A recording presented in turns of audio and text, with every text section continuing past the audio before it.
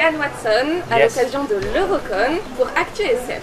Alors, bonjour Monsieur Watson. Bonjour, hello. Je suis enchanté d'être ici. De même, nous sommes enchantés de vous rencontrer. Avec mon traducteur.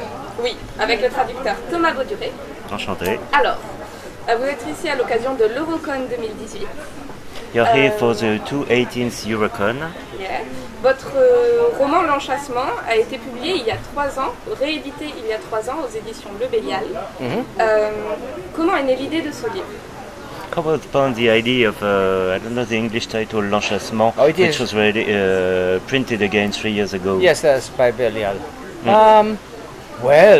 This is now 35 years ago, 40 years ago, and the idea was inspired by scientific linguistics, right?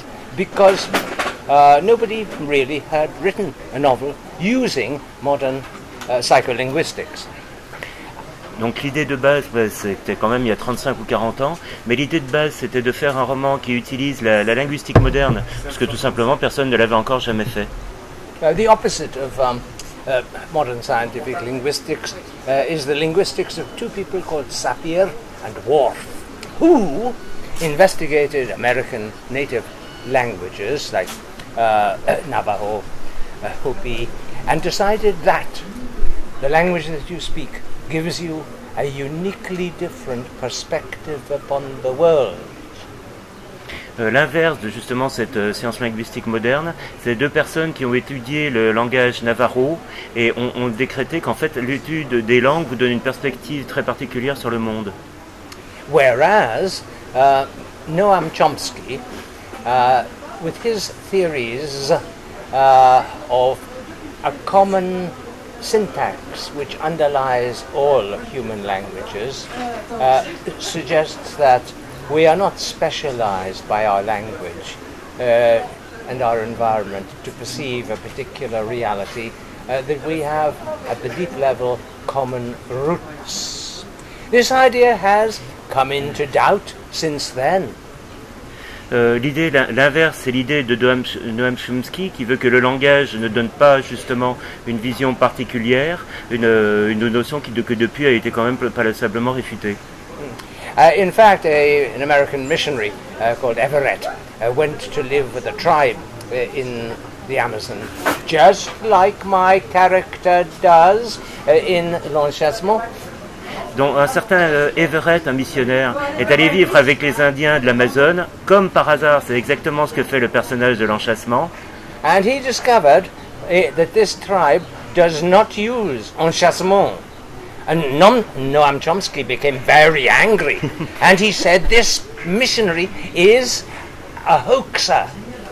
Et il a découvert justement que ce langage ne permettait pas la notion d'enchâssement, ce qui a mis Noam Chomsky très en colère, qui a décidé que ce missionnaire était un charlatan. But other people, linguists, professional linguists, went to the same tribe, and they said, no, Mr. Chomsky, Everett is correct. And Chomsky uttered words which we express in comics by that form. Et d'autres spécialistes de la linguistique sont allés voir cette tribu et sont revenus en disant non, monsieur Chomsky, c'est Everett qui a raison. Ce à quoi Chomsky s'est mis encore plus en colère en des termes qui ne pourraient être exprimés qu'en bulles de bande dessinée, remplies de têtes de mort, de points d'interrogation, de points d'exclamation. 2 or 3 years ago, there was a movie called The Arrival. You know which one I mean. Okay, now who did they mention in The Arrival as being the linguists of importance? Sapir and Worf. So, when I saw that movie, it was as if nothing had changed since I wrote L'Enchâssement. Donc depuis est venu il y a 3 ou 4 ans le film Premier Contact, où justement qui est-ce que la linguiste prend comme référence, sinon Sapir et and the other name is Sapir and Worf. Et Worf. Ce qui donne un petit peu l'impression que en tout ce temps pas grand-chose n'a changé. Now this is very delightful for a writer. You write a novel in 1973 and it's still valid and current in 2015. C'est quand même extrêmement flatteur pour un auteur de voir qu'un roman qu'on a écrit en 1973 est toujours d'actualité aujourd'hui. Also a little bit sad, really. that I should still be valid and up to date, also politically. Ce qui est aussi quand même un petit peu triste à sa façon de penser que c'est toujours d'actualité et politiquement aussi. So the re-edition of L'Enchâssement with a revised translation and with a big introduction by me and a big afterword by a linguist. Everyone should buy a copy of it because Belial were only able to print 1,000 copies. And this means that if you don't buy it quickly, your chance might go away.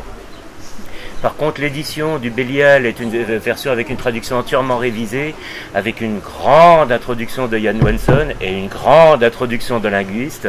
Et par contre, il faut vraiment se dépêcher de l'acheter parce que le Bélial n'a fait que 1000 exemplaires, donc vous risquez de le rater. Okay, that is the answer to the first question.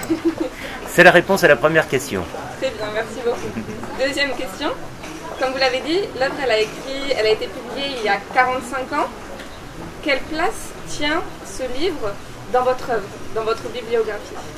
What is the place of this work which was 40 years ago in your bibliography, in your works? It is almost number one.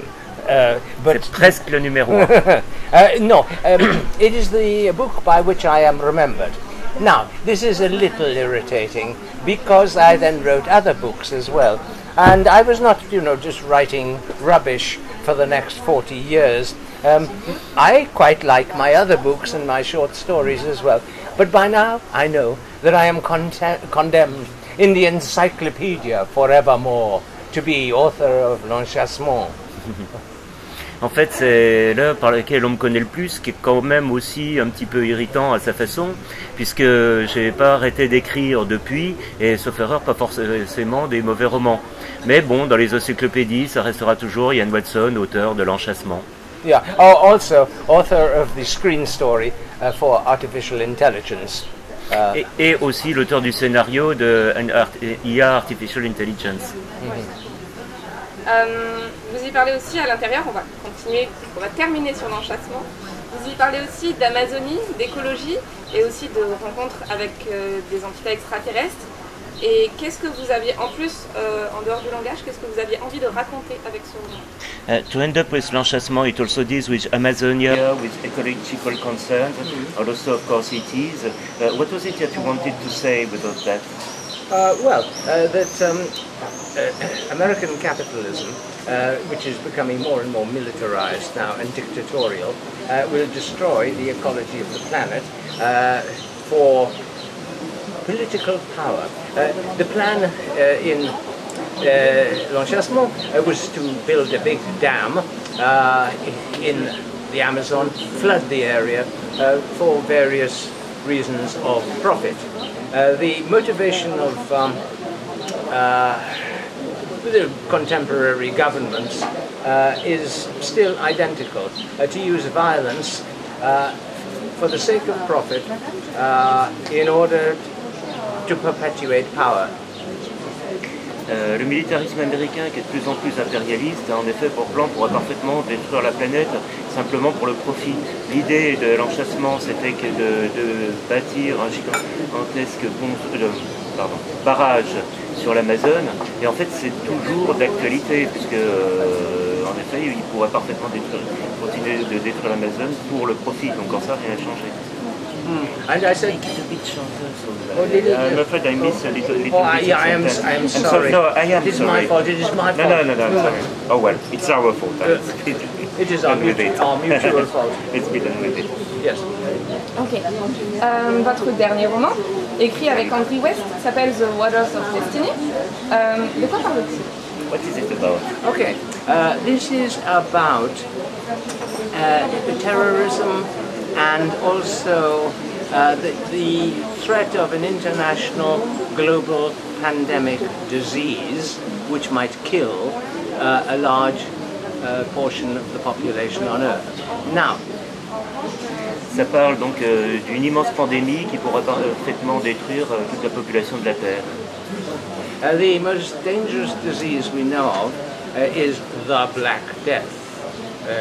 But what is the Black Death? The dominant explanation is that it is bubonic plague caused by bites from fleas which live upon rats. La maladie la plus mortelle qu'on connaisse à ce jour, c'est ce qu'on appelle la mort noire, c'est-à-dire la peste. Donc qu'est-ce que c'est la peste? Sinon la peste bubonique plus précisément, qui vient directement des morsures de moustiques ou de rats. Now, in fact, during the Middle Ages, there were two plagues could happen at the same time. It was a very dirty and horrible place, the Middle Ages. So you could have bubonic plague, which is fleas and rats.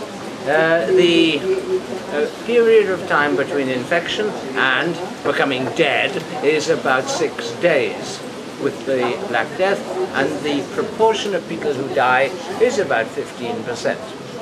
Donc avec la peste bubonique, en tout cas au Moyen-Âge, il pouvait y avoir deux infestations en même temps. Donc il pouvait y avoir la peste bubonique, et avec cette maladie, le temps de mort entre le moment où on la contracte et la mort est de 6 jours, tandis qu'environ 50% de la population en moyenne pouvait succomber. Now the other big killer was hemorrhagic fever, which is not spread by bites or rats, it is passed on from person to person. Donc l'autre maladie mortelle était la fièvre hémorragique, qui elle par contre n'est pas propagée par des morsures, mais d'une personne à une autre par contagion. And the period between infection and death is approximately 39 days. Hence the word quarantine. Et en fait, la période entre l'incubation de la maladie et la mort est-elle de 39 jours, d'où le terme de quarantaine. And there is a lot of evidence that the medieval people understood what they were talking about. That the real big killer danger was hemorrhagic fever, nothing to do with bubonic plague. But you could have them at the same time in a cocktail in the Middle Ages. Donc il est désormais prouvé que les gens de l'époque médiévale savaient parfaitement ce qu'étaient ces deux maladies et que la beaucoup plus dangereuse n'était pas la peste bubonique, mais la fièvre hémorragique. Mais par contre, on pouvait avoir les deux en même temps, deux épidémies. So, in the book The Waters of Destiny, which is full of exciting things such as pirates, battles at sea, and many chases, car chases, anyway, I asked the question, could an Arab doctor of genius in the 12th century have understood the nature of viral pneumonic plague, and within the mind of the time and the technology, could he have isolated it, stored it? Donc dans ce livre qui est rempli de choses absolument passionnantes, il y a des pirates, il y a des batailles navales, il y a des poursuites de voitures. Par contre, la question essentielle était de savoir est-ce qu'un chirurgien arabe du XIIe siècle peut avoir parfaitement compris les maladies virales et d'une certaine façon les avoir isolées. And the answer is yes, it was possible. Et la réponse est oui, c'était parfaitement possible. What he needs is a lot of money and fanaticism. And what does that mean he is? It means that this Arab doctor of genius is a Muslim, an Ismaili Muslim, of a particular branch, the same branch as the assassins of Alamut. Have you heard of the assassins of Alamut? Donc la réponse est oui, comme on l'a dit, mais en fait ce docteur devait avoir de génie, devait avoir un peu la mentalité de l'époque. C'était un musulman, mais un musulman d'une secte particulière islamique qui était la même que celle des assassins de la Moude.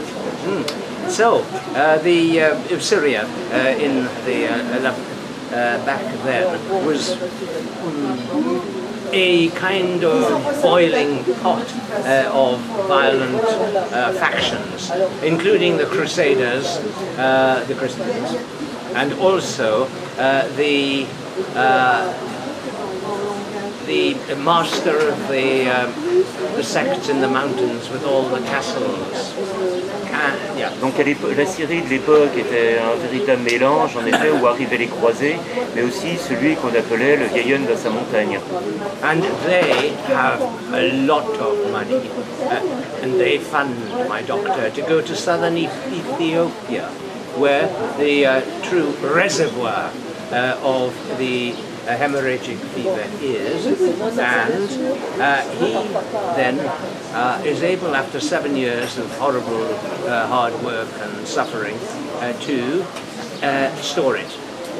And it is found nowadays by descendants of his fanatic sect, who will proceed to amplify it and release it. Donc en effet, ces gens-là avaient énormément d'argent, qui était la condition nécessaire, ce qui leur permet d'envoyer ce docteur en Éthiopie, qui est le centre, le foyer de la fièvre hémorragique, ce qui lui permet effectivement de l'isoler. Et de nos jours, ce qu'il a isolé est retrouvé par des descendants de cette secte de fanatiques. Me and my collaborator, who was a scientist called Andy West, we worked very hard for several years, and we have got a completely plausible scientific explanation of how this could happen, including how you could store hemorrhagic fever. Donc avec le co-auteur, ils ont travaillé pendant des années pour rendre le tout absolument scientifiquement plausible, y compris l'idée qu'on puisse isoler et conserver le virus de la fièvre hémorragique. Yeah, so this book is obviously more important than l'enchassement. Donc de toute évidence, ce livre est beaucoup plus important que l'enchassement. Because that is all about words, but The Waters of Destiny is about a completely lethal plague spreading through our modern world. And can it be contained? And how? Donc là où l'enchassement parlait de mots, ce livre parle d'une épidémie qui pourrait se répandre dans le monde entier. Comment est-ce qu'on peut l'arrêter et comment? Quoi? Quel est le regard que vous portez sur la science-fiction d'aujourd'hui? Elle est inévitable comme question. What is your outlook on the inevitable question? What is your outlook on today's science fiction? One thing, I will give my politically correct answer, because there réponse politiquement correcte. There are about 10 possible answers to this. However, it is remarkably interesting to see that the larger number of women authors are feeling they can be published and therefore are actually writing in the expectation that this might happen. I mean, from the past, we have had symbolic authors, saints of science fiction, like Ursula Le Guin. Not many, Ursula Le Guin. Le Guin. Yeah, and these people, in Spain, for example, Elia Bartoló, 10 years ago, in a book called about modern Spanish science fiction, she was the woman. 10 years later, now, they reprint the book, and it is still just her, the symbolic author. We have to be very... Donc en fait c'est très intéressant de voir que maintenant il y a des auteurs ou autrices, quelle que soit l'expression qu'on puisse dire, qui écrivent, qui ont des chances d'être publiés et qui donc logiquement écrivent. Tandis qu'avant on avait quelques auteurs symboliques, évidemment comme Ursula Le Guin. Par exemple en Espagne il y a une auteure qui a fait un travail sur la science-fiction et une anthologie, mais en Espagne elle reste encore l'auteur symbolique, il n'y a qu'elle. We have to be very careful if we imagine that we are being modernist and open to everybody, if in fact we only have symbolic figures. I know there are quite a number of French science fiction authoresses, such as, in the past, Joëlle Vintrebert, in Canada, Vonneberg, but you look at the organization of conventions, we try to do everything with 50% women, 50% men. I noticed that France is having a bid for a world convention, and it has a committee with one woman. who counts the money, and the others are all men. This is a situation which is called in Spanish a campo de nabos. I will leave you to look at the meaning of this in a dictionary. Donc en fait, on a beau prétendre qu'on est très ouvert, très moderniste, etc. Mais il reste, bon, en France, il y avait comme les auteurs féminins Joël Vintrebert, au Canada, Elisabeth von Harbour. Mais maintenant, on a des conventions qui se veulent mondiales. Mais quand on regarde sur le comité qui les organise, il y a une femme, et en général, c'est celle qui compte l'argent. Donc c'est quelque chose qui s'appelle en espagnol, Campo de Nabos. Campo de Nabos. Pour ça, pour voir ce que ça veut dire, vous devrez regarder dans un dictionnaire. Malide. Non. Merci beaucoup Yann Watson. That was my pleasure, especially here in this lovely pub with beautiful beer. Thank you very much. J'ai besoin de traduire ça. No. Thank you very much. Au revoir.